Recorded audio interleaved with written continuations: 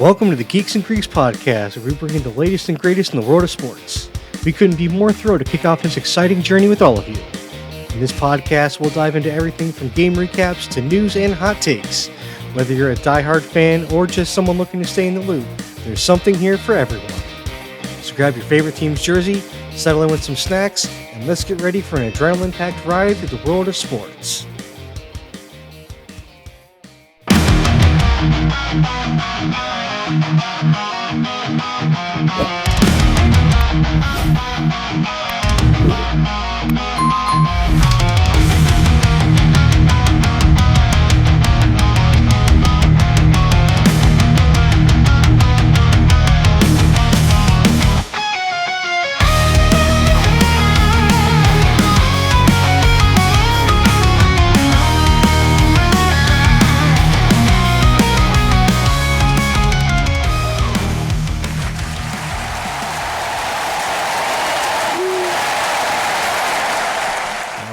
Right, that is the crowd's loving the new episode of the Geeks and Greeks podcast, guys.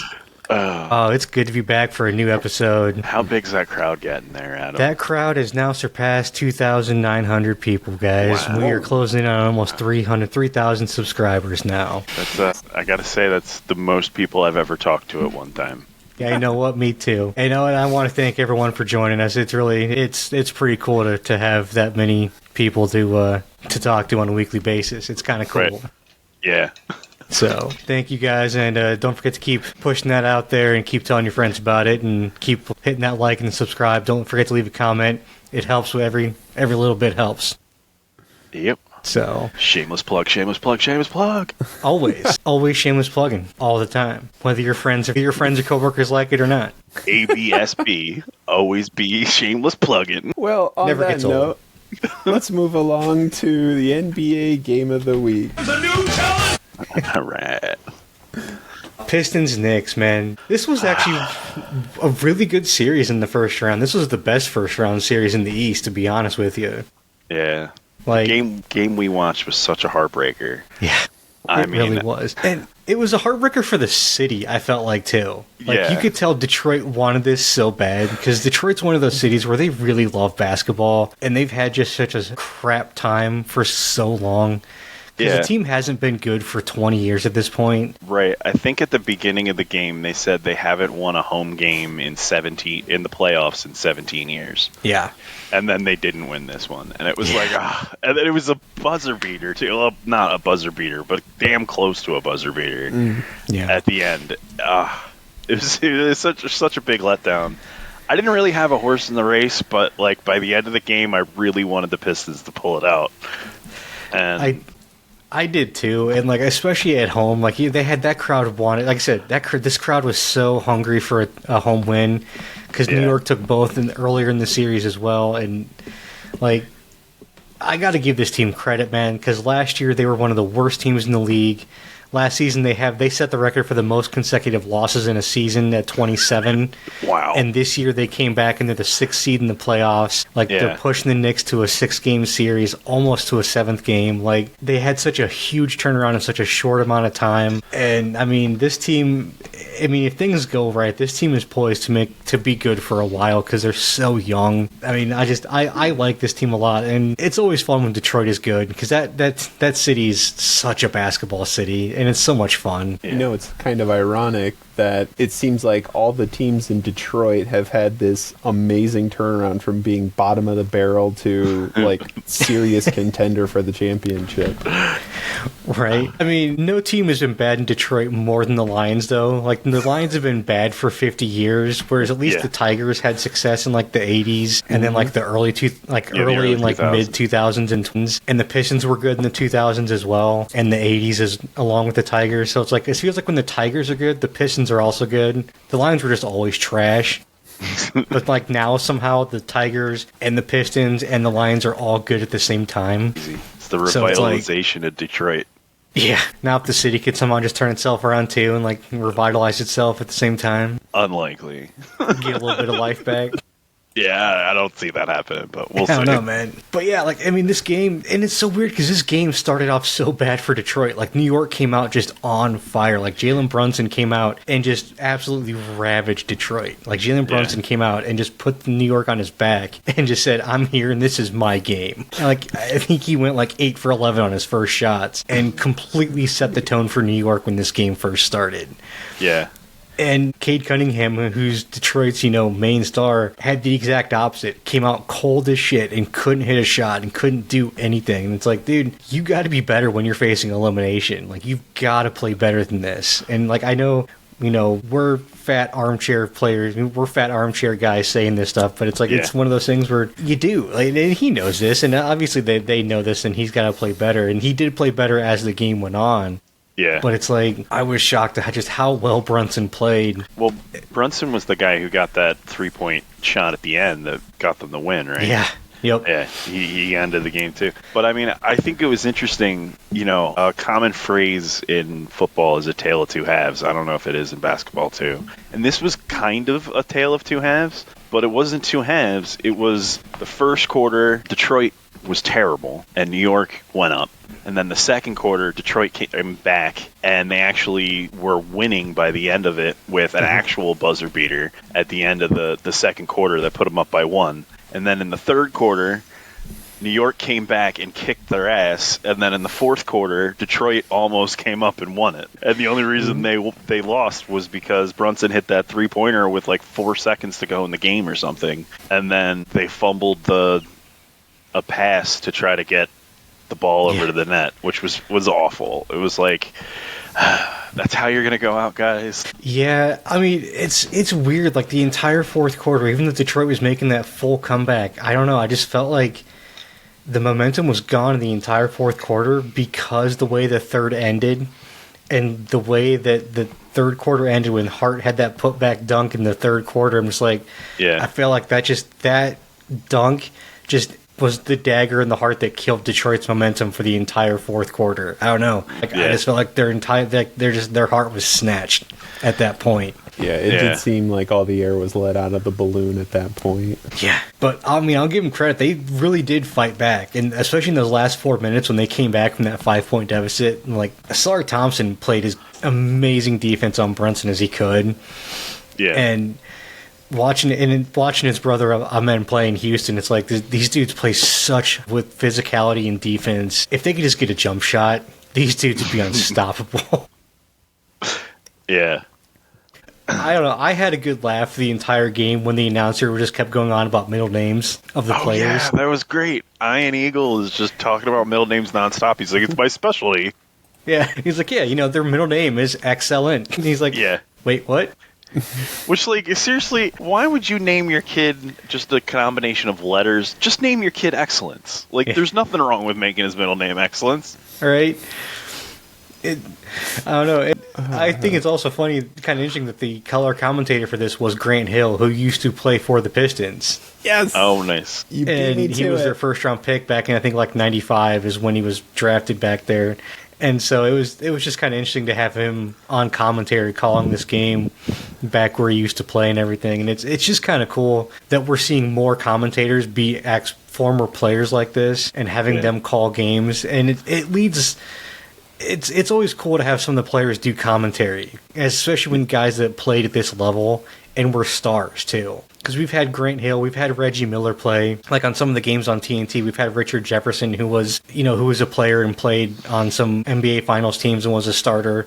Maybe not quite to the star that Grant Hill and Reggie Miller were, but he was, a starter and played for a long time and was a high-level player and everything. So it's cool to get the perspective of guys that actually played at high levels commentating on the games like this. And it leads more credence, I feel like, especially on color commentary. So it's been about 25 years since the last time I saw Grant Hill, and my immediate thought was, holy shit, Grant Hill is the announcer of this game. That's amazing. Wow, he got old. What? Aged 25 years in one day. It's incredible. I know. Yeah. It was just sad that his career was kind of ruined by knee injuries. Yeah. Especially back then, knee injuries really kind of screwed you over. Yeah. It seemed to happen to a lot of athletes in these early thousands era, where just random body injuries just took you out of your prime. Yeah, I mean, it just goes to show how far medicine has come, too. Where now that same injury, it happens, but, guys come back the next season, and for the most part, they're still able to play it close to 100% that they were when they got hurt. I mean, is it that, or is it a sign of the times, and those guys were probably taking steroids to push themselves past their limit, and now that we test for those sorts of things, the athletes can't do that anymore? A little column A, a little column B. Yeah, you're probably right.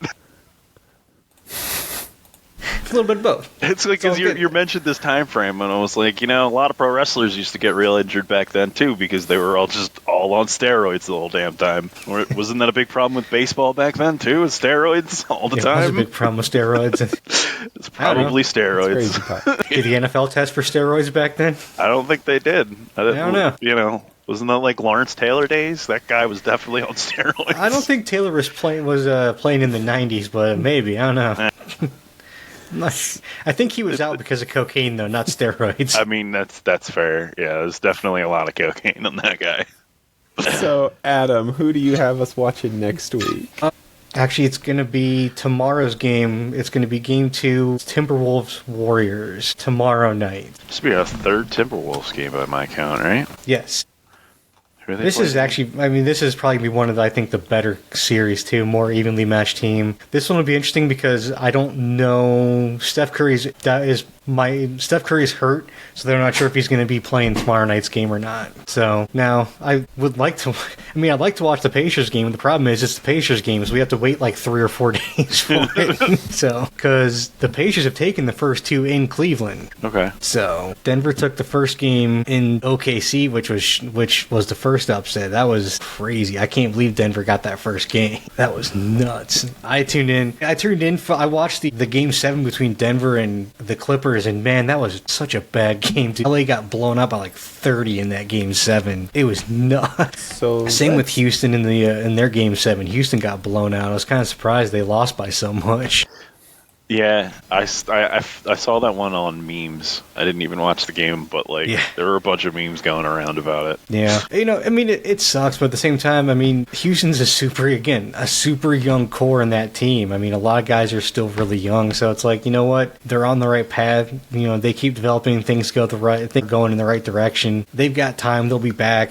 We'll see what happens this offseason, They've got a lot of draft capital. They've got a lot of players. They can make a trade for a big-name talent. They can go get somebody. So they just need that dude that can go get him a bucket. Yeah. So we'll see what happens this offseason. But, I'm super stoked. Like I said, right now, Denver's up 1-0. The Knicks are up 1-0 on the Celtics. Pacers are up 2-0 on the Cavaliers, and Golden State took the first game from Minnesota as well. So yeah, tomorrow night's game 2 of the Warriors, the Timberwolves. So we'll see what happens. It's in Minnesota. Yeah, I'm excited. Right. Maybe Draymond might punch somebody. You never know, man. He's done it before. Yeah. It would not be the first time he just hauled off and punched a dude. He does have impulse control problems. Hell, we might get a Draymond low blow. Oh, not another one. He's gonna do it like Paul Heyman and go back and forth. That makes it so much worse. So much worse. But moving along to the next segment, the topic of team loyalty. Now, not too long ago, it used to be common for players to get drafted to a team and they would stay there for, if not their entire career minus a couple of years. But that seems to have gone to the wayside in maybe the last 5-10 years. And I kind of wanted to pick your guys' brain. Why do you think that's happening? Is it a good thing? Is it a bad thing? What do you think? I don't know. I love when a player plays for the same team their whole career. It just feels right. At the same time, I think part of the reason I like it so much is because it's so rare these days, and it's really awesome to see it when it happens. And if it was just kind of standard, it wouldn't be special. So there's that. I think free agency obviously has a lot to do with it. People shopping around trying to get paid in better places. I think team loyalty it's good to a point. I'm kind of more pro player than I am pro team most of the time, and they're probably going to make more money on free agency. So I kind I kind of think that for most situations, it's better to get the money than it is to play for the same team. I think it's one of those things where it really kind of depends. It depends on the player and it depends on the team. I mean, if it's your kind of, your also is going to depend on the sport too. Like on football, because you have a hard cap, it's so hard for players to stay on the same team unless you're like the quarterback, really. Like unless you're the quarterback or maybe the kicker and you're like, you're someone like, Adam Vinatieri or Peyton Manning, you're not going to stay around for the same team for the most part. Like you're going to be going from a team to team every like 4 or 5 seasons more than likely. Like it's rare to see a guy in football stay with the same team for his entire career. And if Peyton hadn't gotten hurt, he probably would have stayed with Indy his entire career. Like if he hadn't had the neck issues, I don't think he would have left Indy and went to Denver. But like if you're like, in today's NFL, running backs don't last on a team more than like 3 seasons, maybe 4, unless you're someone like Saquon. Even then, he didn't last in the Giants. But then again, I think that's an anomaly because the Giants are a terrible organization and don't realize what they have. That's true. Like, I think had Saquon been drafted somewhere competent, he probably would never have left. But, like, I mean, if it's something like basketball where, basketball guys are a lot more likely to leave because this is the way the contracts are structured and how short the contracts are because they can only offer them so long a contract, I think guys are a lot more likely to leave just because there's also so much they can pay him. Like the amount of money that people can be offered in basketball is capped to a certain percentage depending on how well they do. If they make an all-NBA team, they can get so much, and then the years are capped. You can only offer a max of 4 years. Now, if the team they're playing for, if they were there for 4 years, they can offer them another 5. They can offer them an extra year and more money. So they're kind of incentivized to stay on the team that they're at if they're there for so long. So they kind of try to keep people on the same team. Sometimes it works, sometimes it doesn't. But it's one of those things where if you're one of the top guys, like if you're an all-NBA talent, like a top 15 talent, and make an all-NBA team or an all-defensive team, you can get what they call the Supermax and make a ton of money if you stay with the team that you are on and were there for. So like with an example with Luka, since Luka got traded to LA, he lost the ability to sign the Supermax extension. So he lost out on over $120 million by getting traded to the Lakers. That sucks. Yeah, so it's just one of those things where it kind of sucks in that regard. So yeah, it really sucks. I mean, so there's those kind of implications with basketball. So having one dude stay in one team is kind of rare in basketball, just the way those are. I mean, it almost sounds like they designed it not to be. Yeah, and also the way they have the new CBA agreements with their like new tier systems, and the way they go is if you're over the luxury tax and stuff like that, you lose like your trade exceptions, some trade exceptions. You also lose like luxury tax exceptions for signing players and stuff. It gets super convoluted and super confusing, and it makes it really hard to keep the team together. So you almost have to trade guys and let guys go and stuff. So it's like keeping teams together is almost impossible now. So it's like you're guaranteed that you're going to be moving around and going to different places at this point. So I mean, it kind of feels on brand for basketball, though, because they also do a draft to the lottery to pick the draft. And it's like, it feels like everything they do is to just shuffle the deck as much as possible before dealing out the cards. I mean, for your regular draft, yeah, to a point. The draft was implemented to kind of keep teams from trying to purposely tank too much because it introduced some sort of a randomness. I mean, teams obviously still will do it. I think they do it more in basketball than any other sport. Yeah. I mean, it did the exact opposite if that's really what they wanted to do. But then again, I'm from Philly. I mean, yeah, they do still obviously tank because I think also to a point. I mean, baseball is kind of the anomaly, though, because baseball with the draft, I mean, there's no guarantee any of their players are going to develop through the minor league system because it's so hard to develop players and make the majors anyway. So that's kind of that's a random roll of the dice no matter who's going to develop. Like with football, football is one of those things where it's like, you can't really tank because it's so physically punishing. You can't really do that to those dudes anyway. Otherwise, you'd have a mutiny. No one would ever go there to begin with. So it's like you can't really tank in football. Basketball is one of those things where you can get away with it because it's not as physically demanding. Yeah. As far as physically, I actually can't say demanding, as physically punishing as football is. Yeah, I mean, football fans are also kind of insane, too. Like, remember when the Cleveland Browns moved out of Cleveland and the fans tore the stadium apart because they left? You know, like, you also might not want to tank because the fans will end up killing you. Yeah. So, I mean, yeah, I think loyalty also to a point. I think some fans also I think they're smarter now where they understand it that it's also a business. I think fans back in the day kind of turned the blind eye to the point where it's a business, and it's like, dude, the players know that it's a business, and so the players need to take care of themselves to a point. Like there's a point where, you know, the team does come to a point, but it's like at the same time, you know, I'm only going to be playing for so many years. I've also got to take care of myself and my body and my family. Right. So it's like, I mean, I've got to get the money when I can. And it's like, you know, it's easy to say I should take a hometown discount when you're sitting on your couch and you're going to be working for an extra 20, 30 years, whereas I know I'm going to be sacrificing my body for the next 3. Right. I mean, the thing is most sports are a good mixture of, like, people who have been training for this their entire lives and, like, inner city kids who got super good at it and, like, made their way out of poverty. And, like, so they're not even just supporting themselves and their children. Like, when they say supporting their family, they're like, I'm buying my mom a house, I'm getting my brother out of jail. Yeah. You know, I mean, the inner city kids, you know, they really have a lot that they take care of on the back end, too. And I never blame them for taking the money. I mean, I'm usually, in my opinion, I'm always pro players for that. Like, give them more money, give them more guaranteed money, unless they're Deshaun Watson. Don't give him that much money. Don't give him that much damn guaranteed money. Yeah, yeah. So the one thing I will say that kind of does ruin guys not staying in one spot, though, there's no rivalries anymore. Like, with dudes moving around so much, there's no true rivalries in sports, especially basketball. Like, basketball used to have a ton of rivalries back in, like, the 80s, 90s, and, like, 2000s. Now, because guys move around so much and, like, guys always go play with each other, nobody dislikes each other.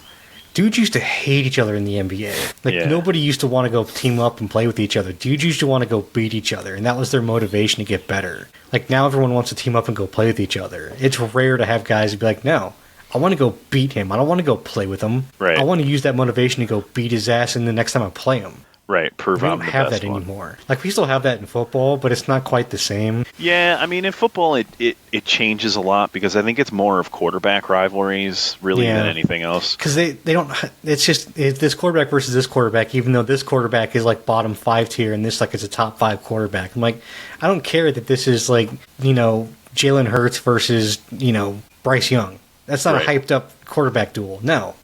Like, give me, you know, Jalen Hurts versus Lamar Jackson. Now that's a quarterback duel. Fine. Right. Like, I don't, you know, it's not like, you know, this is Troy Polamalu versus Ed Reed. Now that's a duel I want to see. Or, you know, Ed Reed versus Eddie George or something like that. Or Ray Lewis versus Eddie George, who, like, those two hated each other.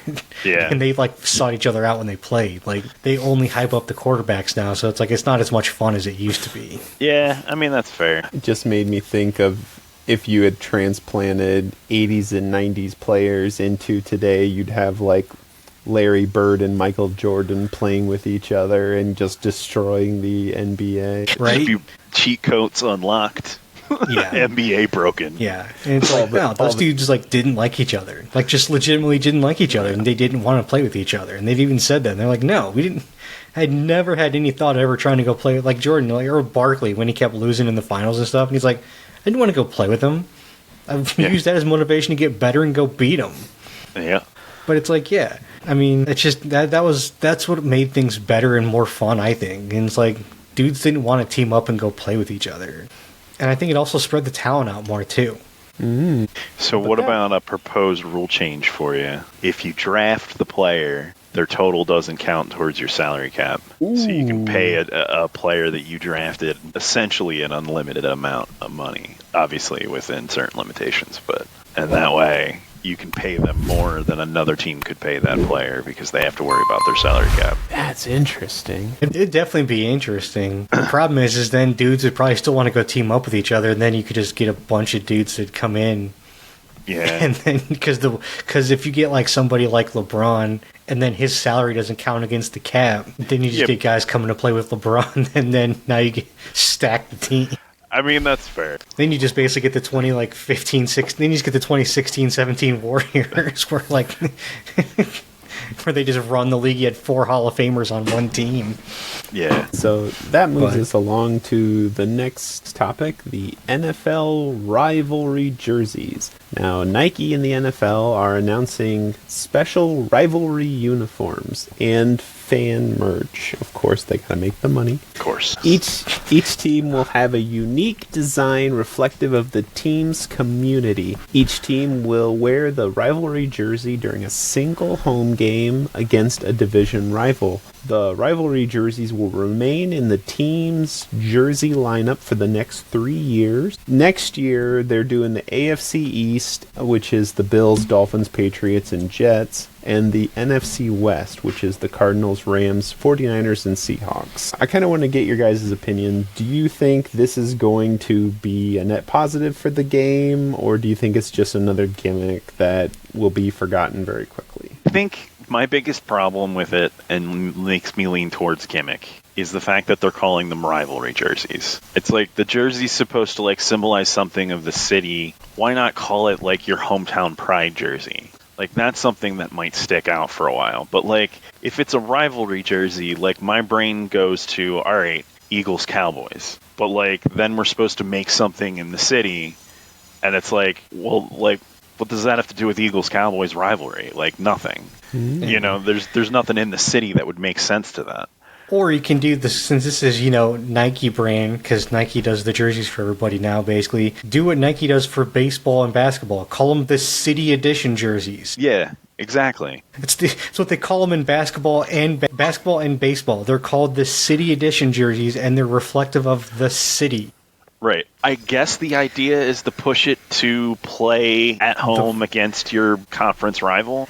Right. And my question for that is going to be for the NFC East, what are the games going to be? Like, what's the rivalry? Like, I mean, is Philly's game going to be against Dallas? Like, yeah. Or then is the Giants going to be stuck with the Redskins, I guess? Like, I guess.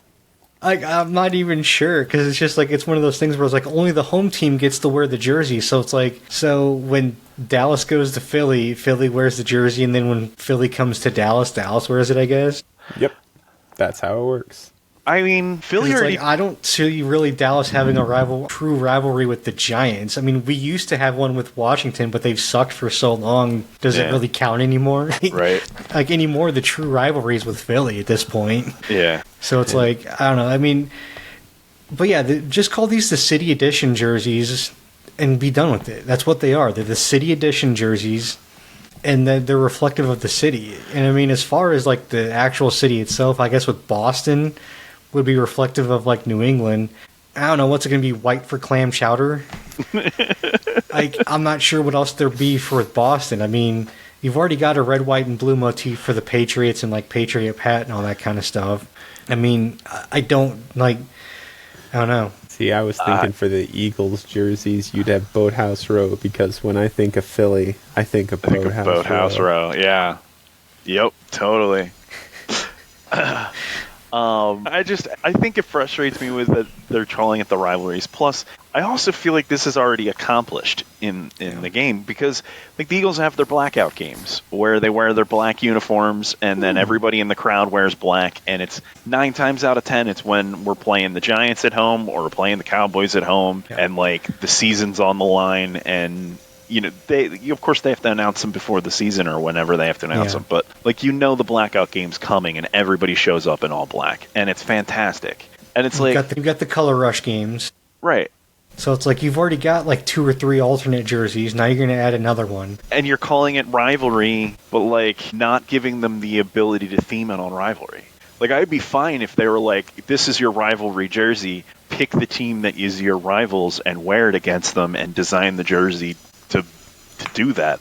That I'd be on board with. Like, if it was an Eagles jersey that says everybody hates Dallas on the front of it, like, that would be amazing. And I would own that jersey. But I don't know, like yeah, just, you know, if it's a Cowboys jersey that says Philly's just West is just East Jersey and sucks, then, you know. Come on now. It's better than Jersey.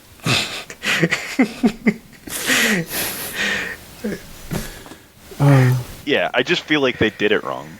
Yeah. It's an interesting idea. It's just that's kind of what it is. I mean, this just feels like this is just a cash grab, and that's all it's going to be. Especially if they're doing like a division, 2 divisions every year. Yeah, the way they're hoping it works out is every year they do 2 divisions, and when they get to the end of the line, they start over with the first set, and they get new rivalry jerseys, and they keep it going perpetually. And I don't think it's going to happen. Yeah, I mean, that's some far out future planning when it comes to jerseys. You got 10 years worth of costume changes planned. Yeah. I mean, the thing is, too, especially when it comes to some teams, they're not going to do anything different. Like, there's some teams that never change their jerseys ever. Like, Chicago's not going to do anything different. Dallas never does anything different with their jerseys. They always almost do almost the exact same thing. Yeah. Like, New England's is fairly similar. Like, there's just some teams that never do really anything different. The Colts won't do anything that different. Like, I just don't see some teams changing stuff up. It's going to be pretty much all the same. I mean, I think they are required to wear it, right? Yeah, they have to wear it for a game. For one game. And it has to be the rivalry game. And my question is, with some teams, what's that rivalry game going to be? Like, with Arizona, they haven't been in the NFC West that long. They were in the NFC East forever. Arizona, and then they got moved to the West when the Texans came in. It's like, what's that rivalry going to be? Like, and the Chargers, I mean, like, not the Chargers, but, like, I mean, they just got moved out to the NFC West. So it's like, what, you've got the Rams, you've got the Seahawks, who are also new to the NFC West. And the 49ers. And the 49ers, the Rams, and the Seahawks. So it's like, what's that rivalry? There's no real rivalries out there. Nope. Yeah, I do think it's funny how the first round is just everybody no one cares about. Like, I understand there are fans for every team, but, like, I know a Jets fan, I guess. Just one. Yeah, like, I don't know any... I know a 49ers fan. Yeah. Like, I don't know a Bills fan. I don't know a Dolphins fan. That's not true. I know a Dolphins fan, but he's, like, 9. Yeah, right. So, he doesn't know any better. No. Yeah, I mean, I know someone whose dad's a 49ers fan. Like, it's just the teams nobody cares about. All right. I mean, I don't know any Patriots fans outside of... No, that's not true. I know a Patriots fan. So it's like, again, I like one. Which is really weird and really sad that the Patriots were a dynasty for 20 years and they made no real fans outside of Boston. I mean, with respect, you guys do live in Indiana. I wouldn't expect there to be any Patriots fans in the tri-state area. No, that's true. But, like, I mean, I've even heard that. Like, I've heard that in other shows and podcasts. It's like, dude, there's no Patriots fans outside of Boston. Yeah, it's because they did it all by cheating. This is what happens when you get success through cheating. No one respects you. And then when you stop cheating and your success goes away, they all laugh at you. And please, the only person... Yeah, the one that accused him of cheating and then made the quote-unquote report was the Indianapolis Colts owner that's on drugs. I mean, okay, sure. But wrong. Listen, he wasn't wrong, though. Like, the Patriots were absolutely cheating. There's no question about it. That nobody believed but the Colts. Right, and nobody has respect for them because they got caught cheating. That's what happens. Cheaters never win. The video games from the 80s were right. That's not true. The Patriots won plenty. They won 6 times. They never won in our hearts, Adam. That's what I'm trying to say. They never won in your hearts even before they were caught. What are you talking about? God, I mean, that's fair. Even if they hadn't been caught, you still would have hated them. Yeah. It didn't matter. Didn't change a damn thing. That's because I want the 04 ring back, man. They cheated to win that Super Bowl, I'm telling you. It was in a dome. We should have 3. Should have 3 Super Bowls, man.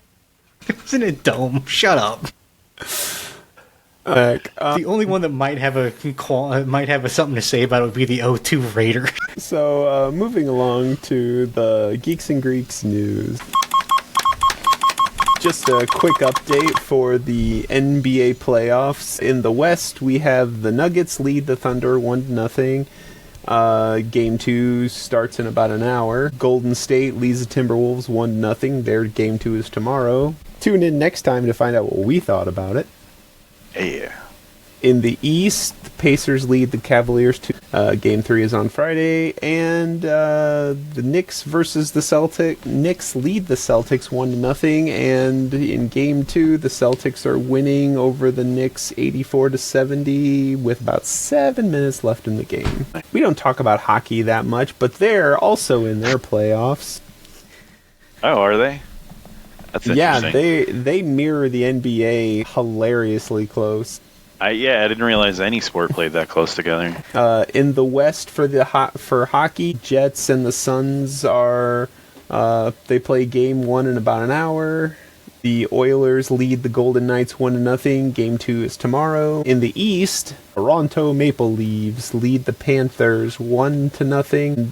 Their game is tied at 2 at the end of the 2-3 at the end of the second right now. And the Hurricanes lead the Capitals 1-0. Game 2 is tomorrow. Good luck, guys. So the NBA and the NHL season line up so closely, but so many teams share a stadium. Yep. Because hockey arenas and basketball arenas are very similar in size, so they often double up. Yes, they do. I can't imagine the madness of removing... It's a scheduling nightmare. Yeah, removing and re-adding that ice. What they do is they actually cover the ice and put the NBA court on top of it. Really? Wow. Yes. That's an intense. NBA court is smaller than an NHL ice arena. I know this because the Comets here and the Mad Ants shared the rink and shared the arena.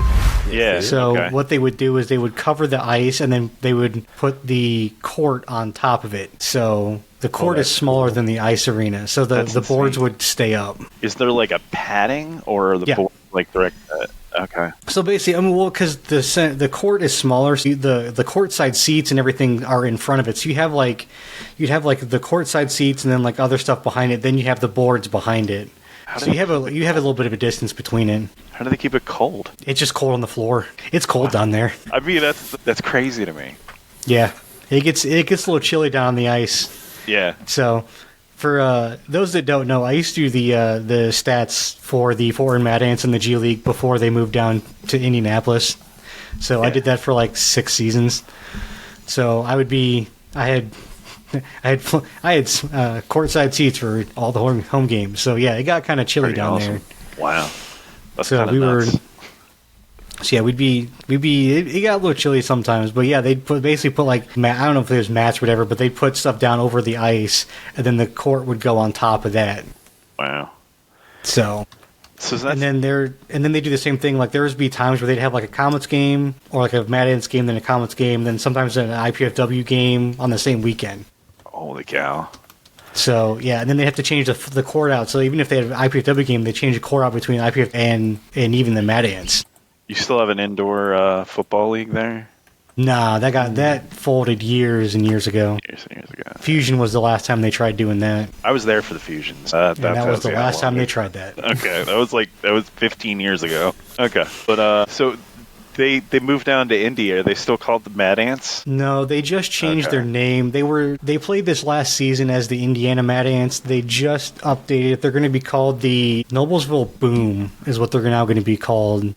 Yeah. So it's in reference to their old play-by-play announcer over the radio, or it was a PA for the Pacers. It was his catchphrase, was boom baby. So they basically named the team after a catchphrase. I remember everyone was so livid about it. It's that's so stupid. Stupidest reason to name a team. It would have been better because honestly, if they just would have said we're naming it in honor of the mascot, whose name is Boomer, who's in the National Mascot Hall of Fame for the Pacers. Oh, nice. Would have been better if they said, "Hey, we're naming it," and as a homage to him instead. Yeah. But no, it's because of the catchphrase of a announcer that just did it forever. And it's dude, nobody's gonna know who that is in 5 years. I mean, the Mad Ants were named Mad Anthony Wayne, right? And they just dropped the Anthony Wayne and turned it into an angry ant. And I think that was my favorite thing in the world was that their mascot was an angry ant. And it was no one knows where, that's why I was wondering if they changed their name when they went to Indy, because it's does anybody even remember that they're named after the General Anthony Wayne or whatever? Mm-hmm. Okay. They changed it they changed it just recently. They kept it for a season because they hadn't decided what to call the team yet. Yeah. Wow. But yeah, they moved the team down to Noblesville. But yeah. Some teams, and they just so a lot of teams will share an arena with. They share an arena. If the city has a NBA and NHL franchise, they share an arena. Crazy to me. So that brings us into the trivia section with a game I call From Humble Beginnings. All right. I have a list of Pro Bowlers drafted by the Eagles, Cowboys, or Colts. I will give you the Pro Bowler, and you tell me if that player was drafted in the first or second round of the draft, or if they were drafted later. In this context, undrafted means later. Adam, Bob Sanders. Ooh, he was drafted later than the second round. No, he was drafted in the second round. Really? I thought he was a third-round pick. Number 44 overall. Okay. And as always, these questions are assigned by RN Jesus, so don't at me. Pete, Robert Mathis. Ooh, Robert Mathis. I think I'm going to go with before the third round. So in the first two. No, he was drafted in the fifth round. Wow. Damn. Adam, LaShawn McCoy. JD. I'm going to go with later in the draft. He was in the second round. Damn. Yeah, I thought he was in the second. See, I would have known that one. Pete, Josh Sweat. Ooh, Josh Sweat. Damn. I guess I'm going to go with later in the round, in the draft. Correct. He was drafted in the fourth round. Adam, Brian Westbrook. You went to Vanderbilt. Villanova. Was it Villanova? I had season tickets, man. Right, so yeah.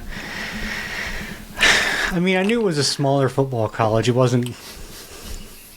Yeah. I didn't know Villanova had a football team. Not many people do. My dad's alma mater, so we were there. They didn't after Westbrook left. They didn't. They didn't before Westbrook was there either. They had a football club, not a football team. Let's see. I'm gonna stick with he went later in the draft. Correct. He went the third. Right. Yeah. And I think they were shocked how high he was drafted in the third, if I'm not mistaken. Pete, Tony Pollard. Tony Pollard. I mean, he sounds like I think he would have been drafted in the earlier rounds, one or two. Is that what you're going with? That's my final answer, yep.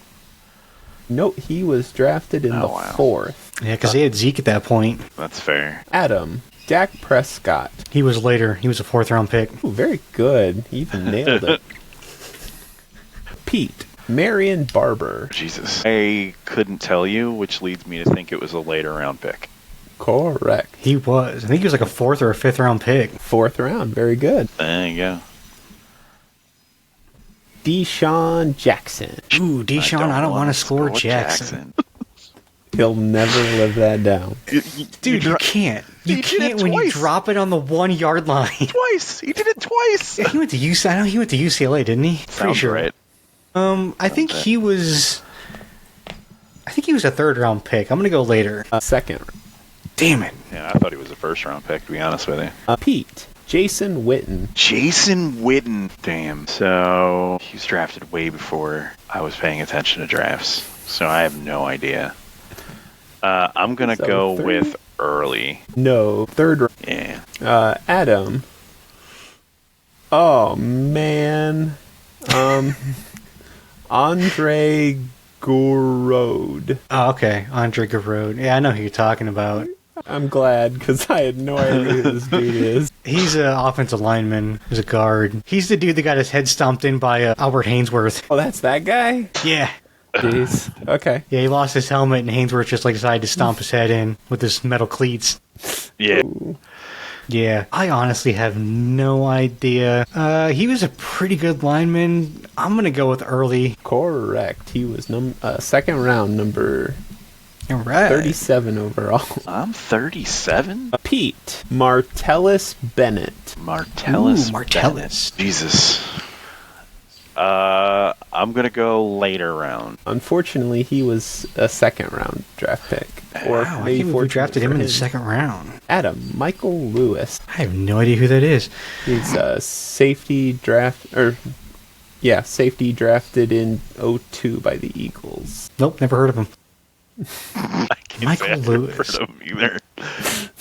Huh. Well, I'm going to go, in that case, I'm going to go with the later round draft pick. Nope, second round. Second Damn. round. Okay. Like I said, it's way true. before I would have been paying attention to the draft. I mean, I know I was playing Madden at that point, so I figured I would have recognized the name playing next to Brian Dawkins or something. Yeah. If he was a second round pick. Pete, T.Y. Hilton. T.Y. Hilton. It's so hard with receivers. I don't know. Let's go with later. Correct. Third All round. right. I thought he was a first round pick, to be honest with you, because that was in those days where like they were taking first receivers in the first round like mad. Yeah. Adam, Jason Kelsey. Kelsey, I don't know, man. There's just something that thinks like he was not a high draft pick, but turned out to be like a steal in the draft. You know what? I'm gonna go late round pick. Sixth round. Damn. One Pete. of the best centers to ever play the game. Yeah. Indeed. Pete, Dallas Clark. Ooh, Dallas Clark. I am going to go early round. First round. Hey, look at that. I thought so. Adam, Miles Sanders. Miles. You know what? I'm gonna go early on this. I feel like he was a first round pick. But that still gets you the point. All right. Yeah. Pete, Dwayne Harris. Dwayne Harris. I don't think I know who Dwayne Harris is. And because of that, I'm going to say late round. He went to the Cowboys in the 6th round. Hey, look at that. What year? 2011. I have no idea who that is. Adam, Landon Dickerson. Landon Dickerson. Sounds like a kicker. He's not a kicker. But you can't tell me that name doesn't sound like a kicker, though, right? Yeah, he does. It is Like a punter or something, like a special teams guy. Name. Yeah. Yeah. You know what? I'm going to go early round. Correct. Second round in 2021. Yeah, that was when Howie started talking about how we weren't drafted enough linemen. He was like, we need to get more linemen in the early rounds. Pete, DeMarco Murray. Marco Murray. I get the feeling like he was going to be a later round. Correct. Third round. Third round. Adam, Trayvon Diggs. Trayvon. Well, you'd think I would know this, but this was before I got back into watching football really a lot. So I'm going to go early round. Correct. Second round to the Cowboys in 2020. Pete, Nick Foles. Nick Foles was a late round.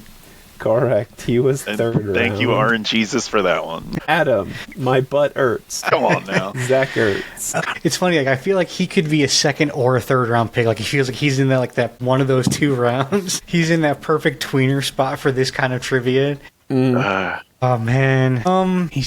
I'm gonna say late round because I think he was a third round pick. You were close. He's second. Damn. Pete, Jay Ratliff. Jay Ratliff. He is defensive tackle for the Dallas Cowboys. Man, I remember that name. It's been a while since I've heard that name, but I remember that name. Yeah, I remember that name too, which leads me to believe it is early round. Oh no, I said early round actually. Oh, I'm sorry. Then sorry. I thought I heard later. I'm sorry. No, you're good. Adam, Joseph Adai. Ooh, Adai. Adai was an early round pick. He is first round. Man. Yeah. Pete, Tim Jennings. Tim Jennings. Sounds like the host of like 60 Minutes Tonight. Right? Yeah. Either that or he's like the principal of a middle school. I could see that. I am gonna go with later round. He's a second round. Like Colts in 06. He was corner. Makes sense that the Colts took someone named Tim Jennings. That's such an Indiana name. It is. Yeah, absolutely. Adam, Dayron Bland. Deron Bland, yeah. That was a Dallas corner. Very good. He was an early pick. I think he was a first round pick, if I'm not mistaken. He was a round 5 pick. Wow, I thought he was. What am I thinking of? To be honest with you, his play was all kind of bland. Yeah. Pete, Cam Jennings. Cam Jennings. This is Tim's brother? He's a bit more exciting than him. I'm sorry. I don't know why I said it. It's Cam Jurgens. Cam Jurgens. Okay. That's a much different player. Totally different guy. I was like, wait a minute. No, that's not right. Cam Jurgens, I believe, I think he was a third round pick. He was actually a second round. Damn it. And for the final round, Adam, Jalen Hurts. Okay, I know he wasn't a first round pick. Was he second? No, he was a third round pick. So I'm going to go late round. He was actually a second draft round Damn it. pick. And for our final question of the evening, Pete, Tony Romo. Tony Romo. Oh my goodness. Jeez. All right. So Tony Romo. I remember him coming out of the draft and everyone saying he was the next Brett Favre. So I'm gonna say he was an early round pick. He was actually undrafted. Jesus Christ. What? Yeah, he was undrafted. How in the hell was he undrafted? Yep. Ugh. So, and a bonus question that has nothing to do with this, but I thought it was hilarious. One year, the Cincinnati Bengals drafted a Pro Bowl kicker in the 5th round, but he was cut before the regular season. He went on to join a different team and attended 3 Super Bowls and won 2 of them. Do you have any idea who this kicker is? Super Bowls 1, 2. Is this recent or is this just... Yeah, within what I would call recent. 10, 15 years. So I know David Akers lost the Super Bowl with us, and then he went to San Francisco, so I don't think he would have won 2 Super Bowls there. Is it Adam Vinatieri? It is not Adam Vinatieri. All right. He went to 3 and won 2? Yes. Is it Steven Gostkowski? No. It is, in fact, Jake Elliott. Oh, shit. Oh, there we go. Look at that. Kickers Jake are Elliott, weird, man. Jake Elliott was drafted in 2017 by the Bengals. He got cut before the regular season and went to the Eagles. And proceeded to win 2 Super Bowls with the Eagles. That's awesome. But with a final score of Adam 8, Pete 7, our winner is Adam. Wow. By a hair. Yeah. Look at that. Close. Man, Jalen Hurts was a 2nd-round pick, man. Yeah, it's like, now I see why Tom had that cut between 2nd and 3rd. Cause I'm like, man, there's so many different guys, like, 2nd or... Yeah. Like, there's that cut, man. Yeah, everyone in Philly was so, like, either confused or mad when Hurts got drafted. And it was like...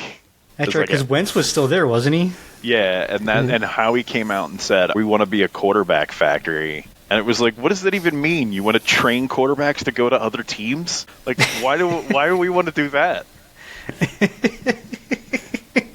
I remember this video that came out that said a fan analysis that didn't age well, and it was all of these big names getting drafted and the fans just losing their minds like, oh, that's the worst pick ever, and Jalen Hurts was on the list and Patrick Mahomes was on the list. The people who showed up to the draft when Donovan McNabb was drafted booed when he came out. They booed him. Well, poor guy. I mean, I'm sure, like with people with the Mahomes thing, because part of that probably was that the Chiefs traded up to do it. Yeah. Because it wasn't their pick initially; it was they traded up to go get him. And really, when you look at it, coming out of college, Mahomes wasn't some big name. Yeah. He was just a dude coming out of college. Like, he didn't have some stellar college career. Yeah. So, I mean, it's not as if when he came out of college, Mahomes was like somebody that was like, an All-American first team for 2 years, a Heisman Trophy finalist. Like, he wasn't some generational talent or something that was, a lauded prospect. Yeah, but I mean, I am, if anything in this world that I believe in, it's Andy Reid's ability to scout quarterback talent. Right. And I'm not saying that he doesn't know quarterback talent, but no one would have seen Patrick Mahomes becoming what he's become, is kind of more of what I'm saying. Like, I mean, not saying he wouldn't have been a good quarterback. No one would have seen, I think, this. Yeah. Mm-hmm. And he didn't have to tape the other team's hand signals to do it. He also didn't have to grow a football helmet in his head to do it either. Allegedly! No, I'm pretty sure that one was proven, buddy. I'm good. Man, you know what, though? You guys I think that's about it. Do we have any final thoughts for this week? Anything you guys want to bring up at the end? I do. Did you guys hear that Tyreek Hill was asked who he thought the best quarterbacks in the NFL were? No. I did not. And he did not say Tua Tagovailoa. He said Patrick Mahomes, Lamar Jackson, what's his face? Baker Mayfield and Joe Burrow. Didn't say Tua Tagovailoa. And like Baker Mayfield, like come on, man. No Jalen Hurts. He just won the Super Bowl. Come on. But, no Josh Allen. Well, you know what? He might have said Josh Allen actually. I think he said 5. Now that you're saying that, yeah, I think he said Josh Allen too. Yeah. Baker love, dude. There we go. No love for your own quarterback. I don't think he wants to be Miami, man. I don't think he does. I think they're just the ones that paid him. Yeah, that's fair. And then arrested him. Other than the money and the weather, I mean, like, I just don't think he wants to be there. Yeah. I want to give a quick shout out to the 7-1 underdog Sovereignty for winning the Kentucky Derby at Churchill's Down. Sovereignty won by 1.5 lengths, which is kind of like winning the Super Bowl by 18. And if you're looking for something to watch this weekend, starting Sunday the 11th and running through the following Sunday the 18th, tune in to the NBA draft. It should be interesting. That's always kind of interesting. I'll definitely be doing some prep work and stuff for that. That's always a fun time. Mm-hmm. Also in the news, as well for Dallas, they traded for a new wide receiver today as well. I don't know if you guys had seen that. Oh, I did hear about this. Dallas traded for Pittsburgh's George Pickens. Yeah. I did hear so about the that. mental basket has now been added to the pot in the Dallas Cowboys receiving locker room, which I'm sure that's going to be interesting. Jerry Jones loves bringing in them big personalities and just throwing huge paychecks and hoping it works. Yeah, he has already. And you know what? Honestly, the return, I mean, the price wasn't even that high because he's in the last year of his rookie contract. It cost him a 3rd-round pick in next year's draft. And then in the 2027 draft, it cost him a 5th-round pick. And they're getting Pittsburgh's 6th-round pick in that same draft. I mean, you may say it doesn't cost them a lot, but just wait a little bit because this is very reminiscent of Antonio Brown. I mean, maybe, but at the same time, he's also not he hasn't been in the league as long as Antonio Brown has when he got traded. That's fair. And he's still on a rookie contract, so he's playing for his big contract. So he's got to prove it, and he's even said he's not going to re-sign this season. He wants to hit free agency. So he has to play this season and put up numbers.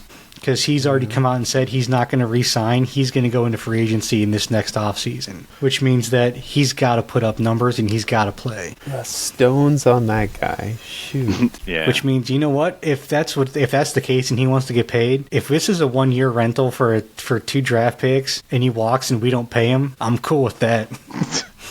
That means one less basket case in Dallas. I will shed 0 tears over that. Because, I mean, we still have to pay Micah Parsons, man. And if we're already paying Dak and Micah, and they're paying CeeDee Lamb, I'm okay with not paying this dude $30 million a year. Yeah. Mm-hmm. So, and if Jonathan Mingo turns out to be a pretty good number 2 receiver and puts up a good year this year, and we pay him instead, and isn't the proven mental case we know Pickens is, I'm okay with this. And there's been rumors that they're talking to Amari Cooper to possibly bring him back as well. And there's also talks that there's also been talks apparently with Nick Chubb as well. Okay. So apparently they're just going to start stacking receivers and running backs. Yeah, and hoping it doesn't implode. You know what? For not having any receivers and running backs last year, I'd rather go that route. Because then if dudes start popping ACLs and Achilles, we've got backups that are actually capable. Right. So I'd rather have an overabundance as opposed to a bare shelf. Yeah. So, all right. But on that note, that's going to be it for today, folks. Thanks so much for tuning in. Be sure to like and subscribe so you never miss an episode of the Geeks and Greeks podcast. And don't forget to check us out on YouTube, Spotify, Apple, and Amazon. Don't forget to find us on YouTube, or on Facebook, Instagram, and X as well, all on the moniker of Geeks and Greeks. And until next time, may the coin toss of life ever be in your favor. Later. Peace.